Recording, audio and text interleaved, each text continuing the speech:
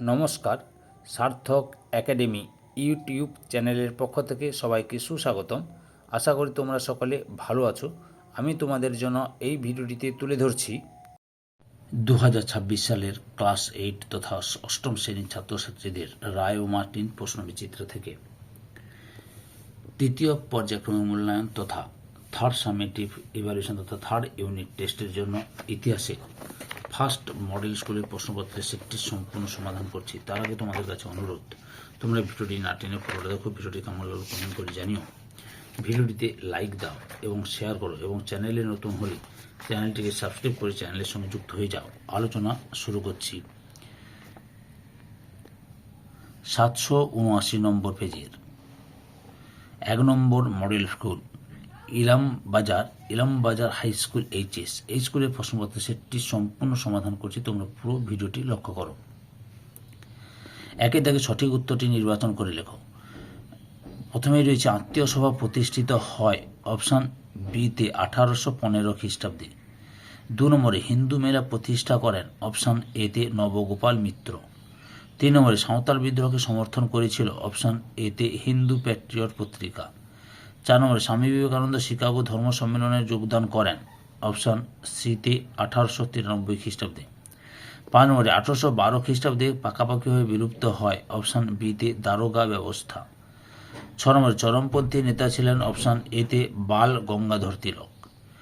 7 নম্বরে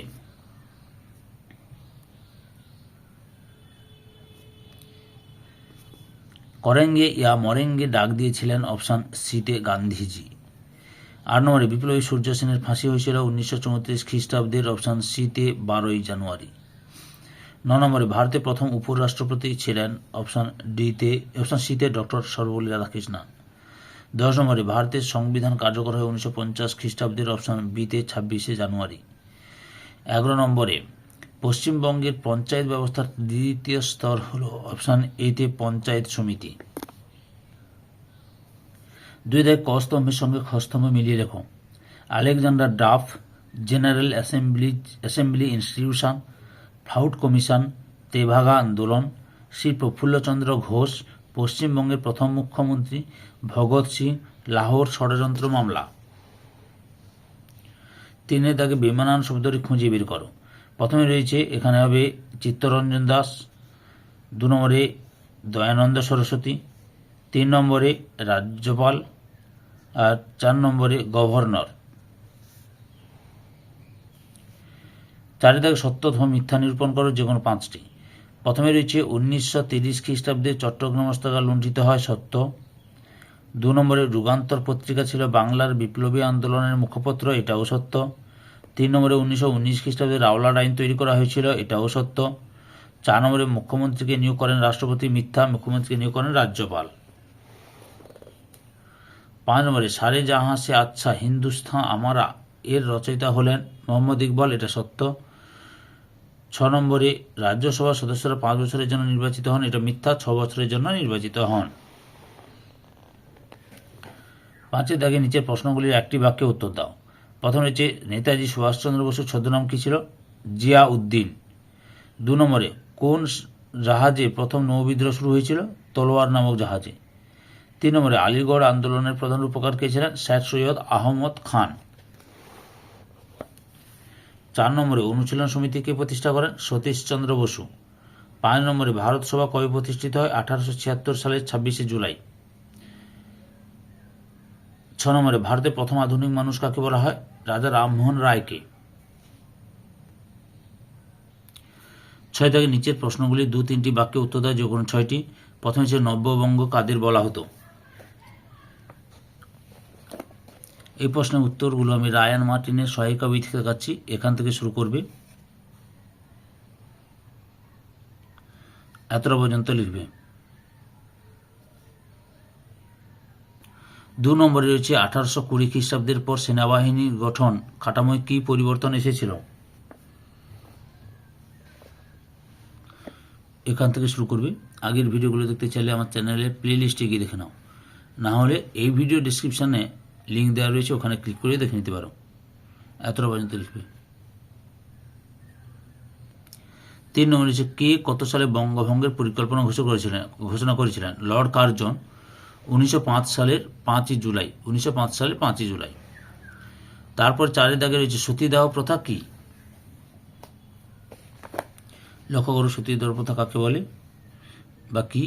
এখান থেকে শুরু করে এতটা পর্যন্ত লিখবে। 4 নম্বরে রয়েছে নৌবিদ্রোহের অন্যতম দাবিগুলি কি ছিল?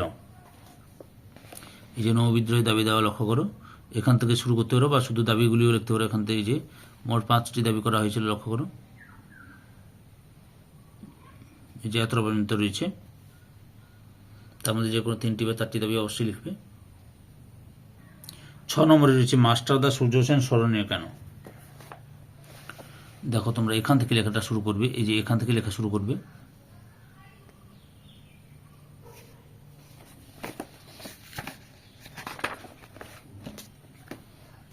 এতটা পর্যন্ত লিখবে।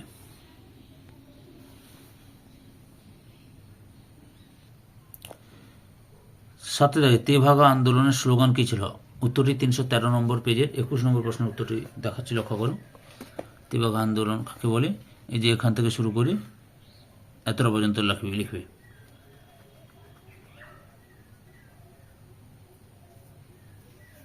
বা এতটা পর্যন্ত লিখতে পারো। 7 নম্বর টিকা লেখো মালাবারের মোপলা বিদ্রোহ।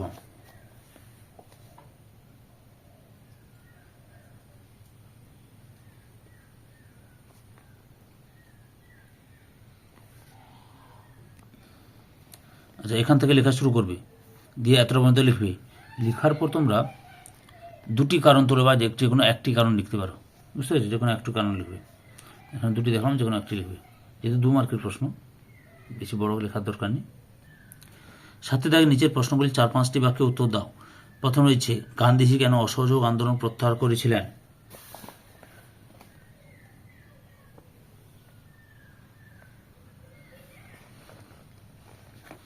রায়ান মার্টিনের সহায়িক কবি থেকে প্রশ্নের উত্তরগুলো দেখাচ্ছি, এখান থেকে শুরু করবে। আর প্রশ্নের সমাধান করছি রায়ান মার্টিনের প্রশ্ন বিচিত্রা ধরে ধরে। প্রত্যেকটা মডেল করে প্রশ্নপত্র তোমরা সমাধান পাবে এই চ্যানেলের মাধ্যমে। এছাড়াও এই চ্যানেলে ক্লাস 8-এর রায়ান মার্টিন প্রশ্ন বিচিত্রা থেকে ইতিহাস ছাড়াও ভূগোল, পরিবেশ বিজ্ঞান এবং বাংলা বিষয়ের সমাধান পাবে। এতটা পর্যন্ত লিখবে। 2 নম্বরে রয়েছে টিকা লেখো জালিয়ানওয়ালাবাগ ঘটনা। এখান থেকে শুরু করবে, পরপর দেখে নাও।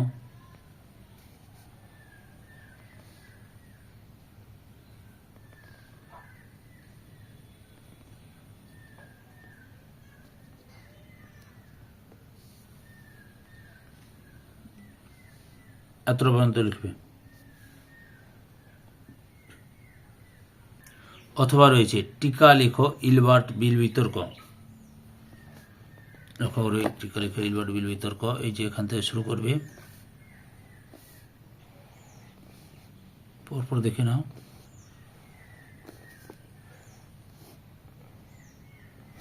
এতটা পর্যন্ত লিখবে। 3 নম্বরে রয়েছে আলিগড় আন্দোলনের মূল উদ্দেশ্য কি ছিল? উত্তরটি তোমরা এখান থেকে শুরু করবে।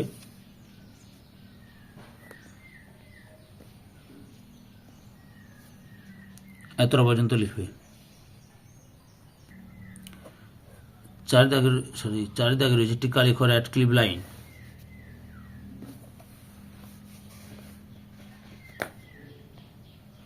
এখান থেকে শুরু করবে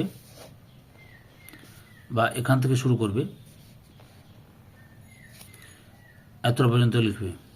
লেখার পর তোমরা র্যাডক্লিফ লাইনের ত্রুটিগুলি লিখবে, কারণ যেহেতু টিকা লিখতে হচ্ছে র্যাডক্লিফ লাইন। আবার এখান থেকে শুরু করে এতটা পর্যন্ত লিখবে।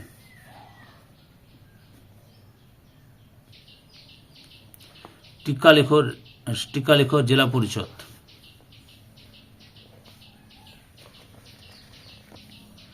এখান থেকে শুরু করবে,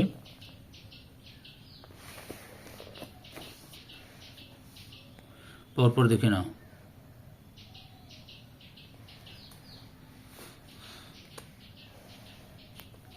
এতটা পর্যন্ত লিখবে। নম্বরে রয়েছে ভারতীয় সংসদীয় শাসন ব্যবস্থায় প্রধানমন্ত্রী কিভাবে নিযুক্ত হন।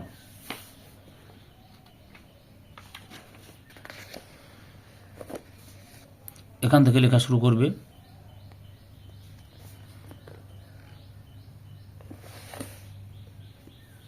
এতটা পর্যন্ত লিখবে।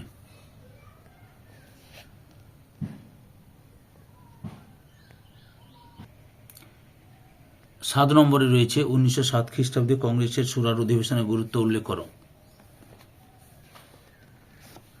এখান থেকে শুরু করবে। পরপর দেখে নাও।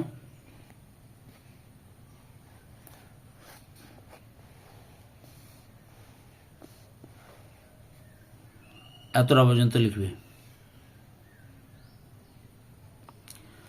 8 দাগে নিচের প্রশ্নগুলি 8-10টি বাক্যে উত্তর দাও। প্রথমে রয়েছে ধর্ম ও সমাজ সংস্কার আন্দোলনে রাজা রামমোহন রায়ের ভূমিকা আলোচনা করো। উত্তরটি তোমরা লক্ষ্য করো। এখান থেকে শুরু করবে। পরপর দেখে নাও।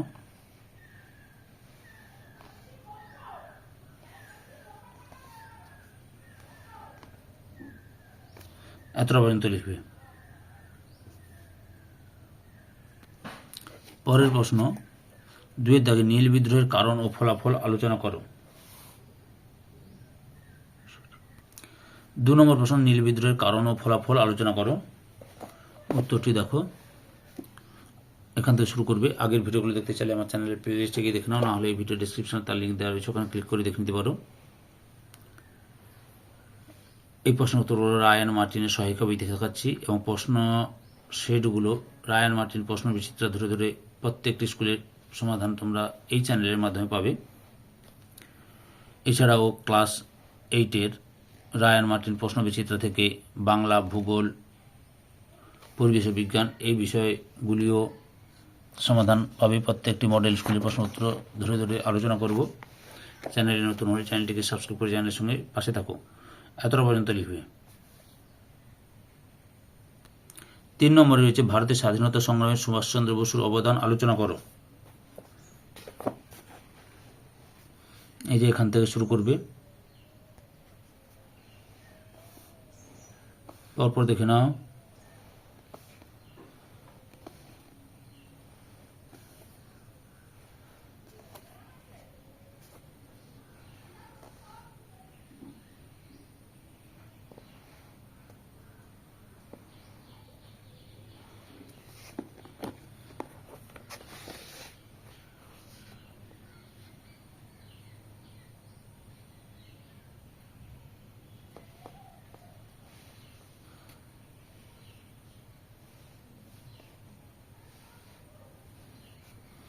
এতটা পর্যন্ত লিখবে।